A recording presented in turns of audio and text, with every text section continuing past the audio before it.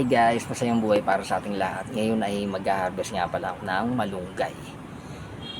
The best ang malunggay para sa kalusugan. Sa may sakit man o wala, the best ang malunggay.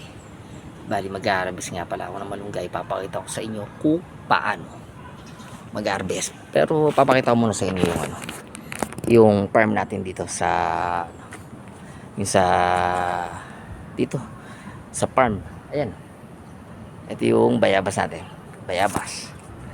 Ito, bayabas din. Yung iba naman, may mga rito. Puro bayabas. Bayabas ang nakikita natin ngayon. Medyo mainit. Mainit na saktong-sakto lang naman sa katawan yung init. Na kailangan ng katawan natin. Yung init. Yung init ng araw. O ito, bubulaklak pa lang yung bayabas natin. Ma-harvest natin to siguro mga 3 months pa. O ano. Ito, meron pang mga rito. Mga bayabas. Ang kaso yung mga bayabas natin ay medyo pa rin. Medyo maliliit pa. Hindi pa gaano. Ayan. Wala, medyo maliliit eh. O ayan. Ito na yun. Yung pag natin. O, di ba? Yung bayabas. Pakita natin yung yung malunggay. Para makapag-harvest tayo ng malunggay.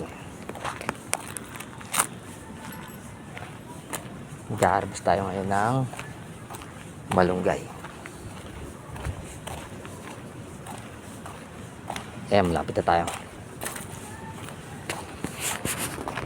Oh, ito. Ayan yung malunggay natin. Ito, malunggay.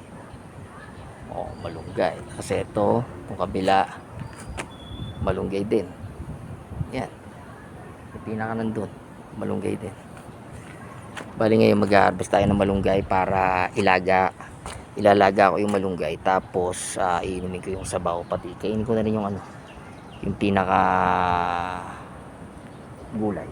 Ayan, mag-harvest tayo isa, ganyan lang, dalawa, ito pa,